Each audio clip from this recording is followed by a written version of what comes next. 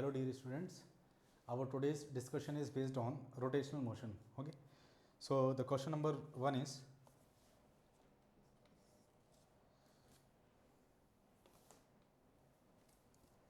the moment of inertia of a rectangular lamina about an axis perpendicular to the plane and passing through its center of mass. Okay, so they are asking the moment of inertia. This is a rectangular plate, you consider, perpendicular to the plane and center of mass. So we know that the center of mass of this rectangular plate will be at the intersection point of diagonal, means here. They are asking the moment of inertia about this axis. Okay, so as we know that the moment of inertia about this axis is m, length is given as in options they have given length is L, this length is L, breadth is B, then the moment of inertia is given by m L square plus B square by 12. Clear? M into L square plus B square by 12, directly formula. We should learn the moment of inertia about all the axes. Like about this axis, the moment of inertia will be m L square by 3, m L square by 3. About this axis, the moment of inertia is m B square by 3. Okay, like this way. So we should know the moment of inertia about all the axes for this rectangular as well as square lamina. So means directly formula based question. Question number 2 is, question number 2. A point P on the rim of a wheel is initially at rest and in contact with the ground. Find the displacement of the point P if the radius of the wheel is 5 meter and the wheel rolls forward through half revolution. Okay. So this is the situation given to us. This is a wheel. The point P is here like this. Okay. Now what they have given, the this wheel is revolving like this, and they are asking the displacement of this P in half of the revolution. So they are asking find the displacement of the point P. So we can say that after half of the revolution, one thing is clear, the point P will come here. Now this will be the new position of the point P. So this distance they are asking, this length, this is the displacement. Okay, so radius is given as, radius is 5, as radius is 5, then this length will be 10. Radius is given as 5, this length is 10. In half revolution, this distance traveled will be how much? Pi into r, that is equals to pi into r is 5. Okay, so this length we can write down as, this is a right angle triangle, this angle will be 90. So this is a right angle triangle. So this we can write down as displacement, we can write down as under root of pi into 5 square plus 10 square. Hypotenuse is equals to under root of base square plus perpendicular square. Okay, so from this what you will get, under root of 25 pi square plus 100. Now if you check the options only in first option the answer is given in the terms of pi, so option number first is correct. Or you can add on this is 5, we can 25 we can take common, so root of 25 will be 5 under root of pi square plus 4. So answer is 5 under root of pi square plus 4. Clear? Question number 3. So first two questions are very simple. Question number 3. Point mass is 1 kg, 1, 2, 3 and 4 kg, 1 kg, 2 kg, 3 kg lying on the points 0, 0. So we will draw this. So 1 kg is lying at 0, 0, 0, 0, 0, 0 means origin. This is 1 kg. Okay, and 2 kg is lying at 2, 0, 0. So this is 2 kg lying at 2, 0, 0. X coordinate is 2. 3 kg is lying on 0, 3, 0. So this is 0, 3, 0. This mass is 3 kg. Now next one is 4 kg is lying at minus 2, minus 2, 0. Minus 2, minus 2 means along this is x minus 2 and this is y minus 2, means somewhere here. So this is coordinate is minus 2, minus 2 and the mass is 4 kg. So they are asking the moment of inertia of the system about x axis. So this about this axis they are asking the moment of inertia, and we know that moment of inertia is given by m1 r1 square plus m2 r2 square plus like this way, where r1 is the perpendicular distance of the mass from the axis. So this is the axis. So what we can say, these two masses are lying on the axis itself, so the moment of inertia for these two masses will be 0. So this I can add on m1 m3 r3 square plus m4 r4 square. Clear? So m1 means this mass, r1 is 0, so this term will be 0. This mass is also lying on the x-axis, so this term will also be 0. Clear? So I will be equals to m3. So what is this distance? This distance is 3 meter. So it will become 3 into 3 square plus m4. m4 is 4, and this distance will be how much? Distance is 2. Perpendicular distance of the mass from the axis is 2. So this will become 2 square. So this will become 27 plus 16. So if you solve this, what answer you will get? 3 and 43 kg meter square. 43 kg meter square. So option number C will match. Now question number 4. Okay. So question number 4.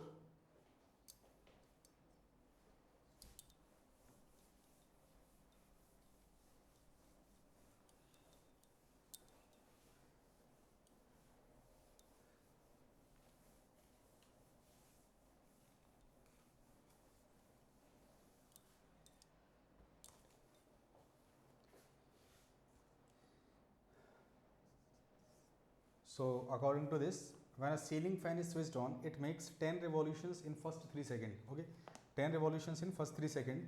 Assuming a uniform acceleration, how many rotations it will make in next 3 seconds? So initial velocity of the ceiling fan is 0. So omega initial I will write down as 0. Now in time is equals to 3 seconds. In 3 seconds, what they've given? It makes 10 revolutions in first 3 seconds. So 10 revolutions are completed in first 3 seconds. Okay, so we can say that what is the angular displacement? Angular displacement will be 2 pi into number of revolutions are. In one revolution, the angular displacement is 2 pi. So in how many? In 10 revolutions, it will be 2 pi into 10. Clear? 2 pi into 10. That will be equals to 20 pi. So theta is 20 pi. Now assuming the angular acceleration is constant, how many rotations it will make in next 3 seconds? So in next 3 seconds, how many rotations it will make? That is the question. Now from this we can say that, so we can use this equation as theta is equals to omega initial into t plus half into alpha into t square. Okay, so theta is how much? 20 pi equals to half into alpha into t square. So t square will be, t is given as 3, so this will become 9. So how much you will get? 40 pi by 9 is equals to alpha. So alpha is 40 pi by 9 radian per second square. Now we can, now they are asking the number of revolution is next 3 seconds. So what I will do, I will calculate in the 6 second, then for next 3 second I will subtract this. Okay, so what you will get? This we can calculate. S is equals to, in 6 seconds we are calculating angular displacement in 6 seconds. So theta dash will be equals to half into alpha into t square. So half into alpha, what is alpha? 40 pi by 9 into t square, that is 36. So this will be equals to, so this will become 80 pi. So theta dash is 80 pi. So in total 6 seconds it will be, it is how much? 80 pi. Clear? So what we can say in so in first 3 seconds, after this, in next 3 seconds, theta double dash will be how much? Theta dash minus theta, that is theta dash is 80 pi minus theta is, what is theta? Theta is 20 pi. 20 pi means this will become 60 pi. 60 pi. Now they are asking about number of revolutions. So number of revolutions means, number of revolutions will be equals to 60 pi divided by 2 pi, because in one revolution the angle rotated is 2 pi, so it will become 30. So that is the answer. So option number second will be correct. Okay. Now question number 5. Now we will move on to question number 5. So question number 5, a solid sphere A and another hollow sphere B of the same mass and the same outer radii. So one solid sphere they have given, solid sphere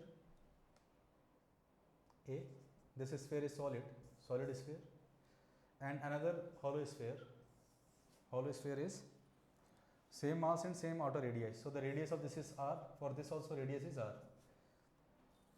mass is also same, mass is m, mass is also m. Clear? Their moment of inertia about their diameters are, okay, IA and IB. Then they are asking which one is correct. So they are asking about moment of inertia. Okay, now as we know that about the diameter moment of inertia we can write down as 2 by for this moment of inertia will be how much? For this IA we can write down as about the diameter 2 by 5 mr square. For this moment of inertia we can write down as for hollow sphere it is 2 by 3 mr square. As the mass is they have given same mass is given and radius is also same, then we can say that this will be how much? 0.4 mr square, and this one is around 0.66 mr square, 0.66 mr square. Then if you compare this we can say that IB will be greater than IA. Direct simple question. Okay, now question number 6. A torque is equal to the rate of change of angular momentum. So from the definition we know that torque means rate of change of angular momentum, dl by dt, where L represent angular momentum. Angular momentum depends on moment of inertia and angular velocity. One more formula of angular momentum we can write down as angular momentum is given by I omega. So we can say that it is depending on moment of inertia as well as angular velocity. So second statement is also correct, but this one is not explaining this one. Okay, so option number 2 will be correct. Now question number 7th.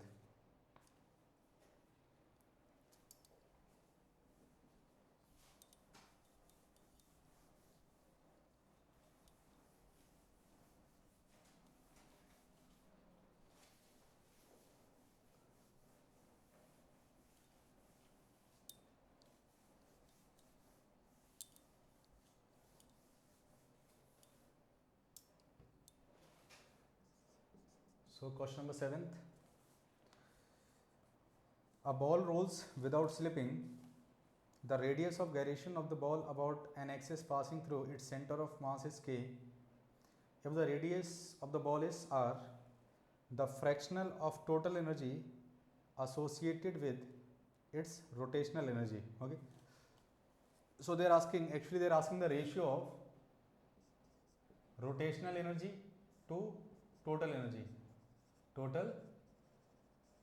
This ratio they are asking, rotational energy to total energy, this fraction they are asking. Okay, so we know that rotational energy is given by, rotational energy will be in the form of rotational kinetic energy. So rotational energy we can write down as kinetic energy rotation is given by half into I into omega square, where I represent the moment of inertia about the center of mass, and for ball we can consider it is solid sphere. So I value is equals to 2 by 5 m into r square, but they have given the radius of gyration is k, and we know that radius of gyration I is given by m into k square. This is the relation between moment of inertia and radius of gyration. Okay, so this we will use. So this is rotational kinetic energy, and it is in pure rolling. So V will be equals to r omega will be equals to V by r. So if you replace this half into I into omega square we can write down as V square by r square. Clear? So and total energy we can write down as, total will be summation of rotational plus summation of rotational kinetic energy plus translational kinetic energy. So it will become half into I into omega square plus half into m into V square. So this we can write down it as I we will replace here. So I value will be mr square. I value we can write down as 2 by 5 mr square. So and here also I will be equals to 2 by 5 mr square. Okay. and that is equals to m into k square, m k square. So if you replace I as m into k square, m into k square directly, so no need to use this, I directly we can replace as m into k square. So this will become half I is m into k square v square by r square, okay, and this will become half m into k square v square by r square plus half m v square. Now we have to take the ratio, okay. So there is no need to use this, just we can say that moment of inertia and how the radius of gyration are related, I is equals to m into k square. So that I have used here. Now we have to take the ratio. So kinetic energy rotational divided by kinetic energy total, it will be equals to half m k square v square by r square divided by half m k square v square by r square plus half m v square. So half and half will cancel out, okay, m will also cancel out, then v will also cancel out,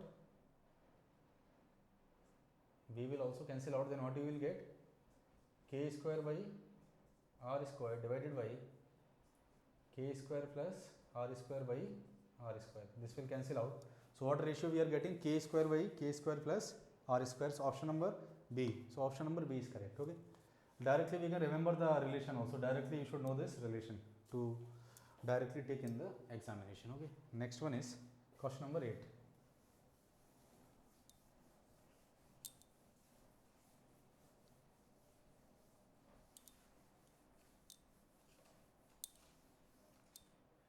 So question number 8 is a statement based question. The total kinetic energy of a rolling solid sphere is the sum of translational and rotational. That is correct. Second one is, for all solid bodies total kinetic energy is always twice the translational energy.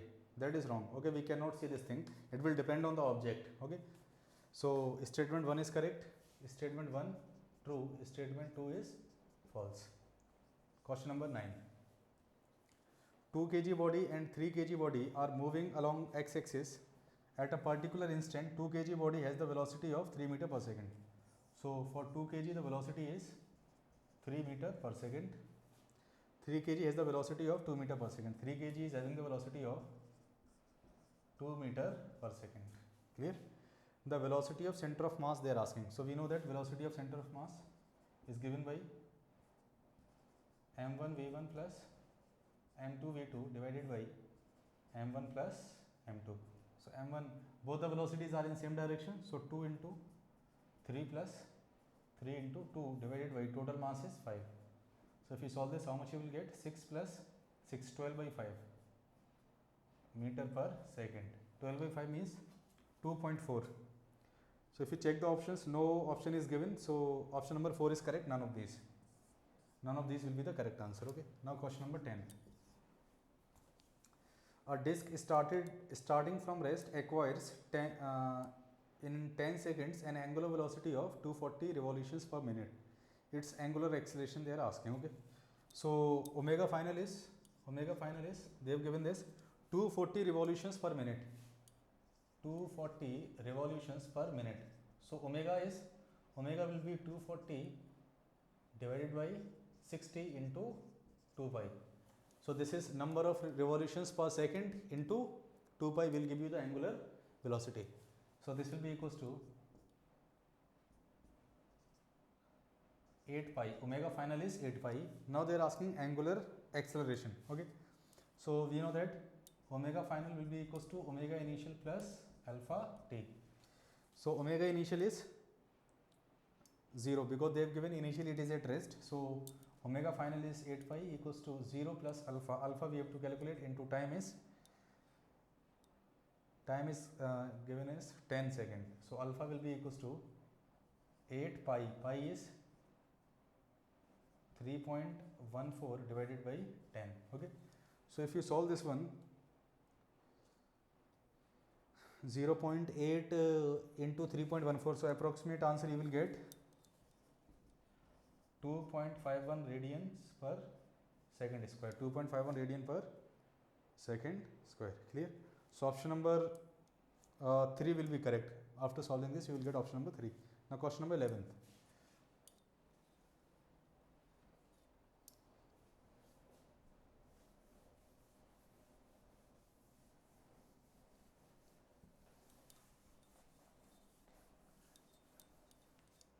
So question number 11th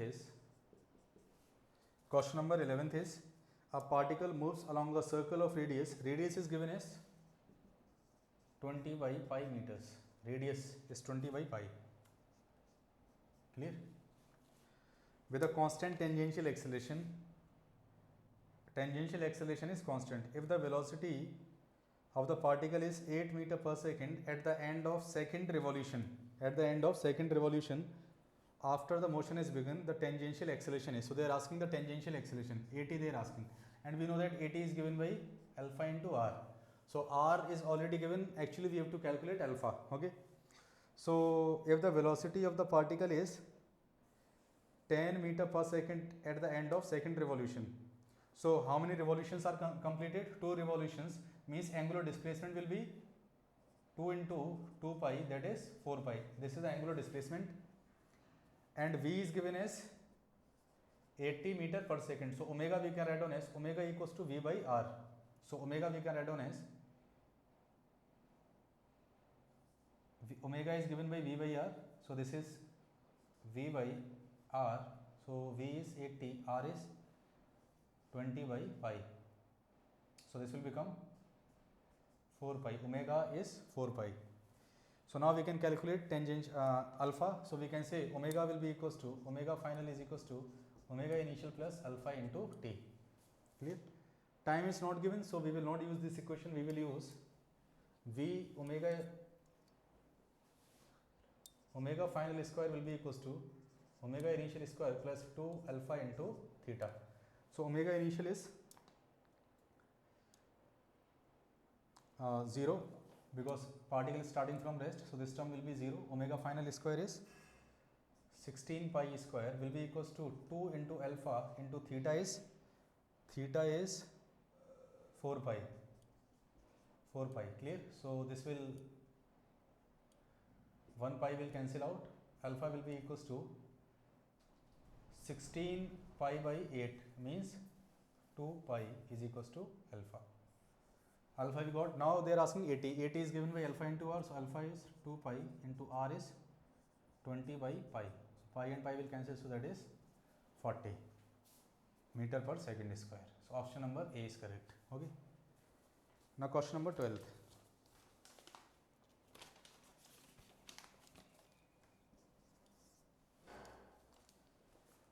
A round disk of moment of inertia I2 about its axis perpendicular to its plane and passing through the center is placed over another disk of moment of inertia I1 rotating with the angular velocity of omega about the same axis. Find the angular momentum of the combination of the disk. Okay. So initially, actually what they have given, one disk was rotating like this with the angular velocity of omega, and the moment of inertia about this axis was I1. Now another disk of moment of inertia I2 is placed over this. Okay, now they are asking what will be the angular velocity of combination. So one thing is clear, while you put the disk, angular momentum will not change, so we can use angular momentum conservation. So another disk about the same axis, moment of inertia is I2. Clear? If these two disks are placed on each other like this, so the total moment of inertia will be I1 plus I2. Total moment of inertia about this axis, and angular velocity I will consider as omega. Then we can say that initial angular momentum is I1 into omega, final angular momentum is I1 plus I2 into omega dash. Okay. So if you compare this, we can say that omega dash will be equals to I1 omega divided by I1 plus I2. So if you check the options, option number 1 will be correct. So here what concept we are using? Angular momentum conservation. If no external torque is acting on the system, then the angular momentum will remain conserved. Okay. Now question number 13.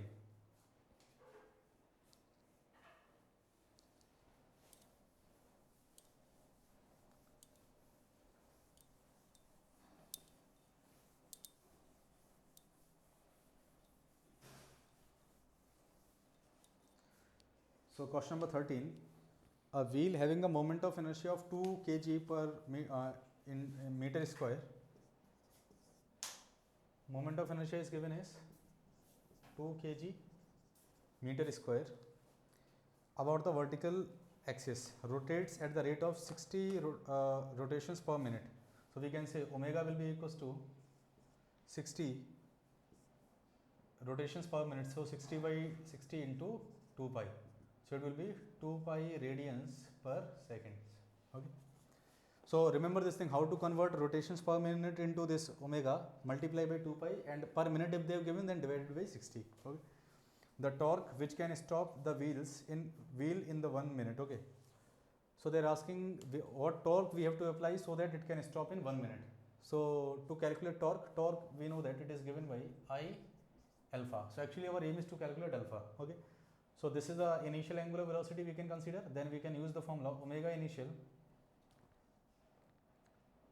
and time is given as 1 minute. So omega final will be equals to omega initial plus alpha into t. So what is the omega final? Omega final should become 0. Omega initial is 2 pi plus alpha is, we have to find out, and time is given as 1 minute. 1 minute means 60 seconds. So from this we can say minus 2 pi by 60 will be equals to alpha. Then torque we can write on as I. I is 2 into alpha is 2 pi by 60. So what answer you will get? Pi by 15. Pi by 15 Newton meter. So option number second will be correct.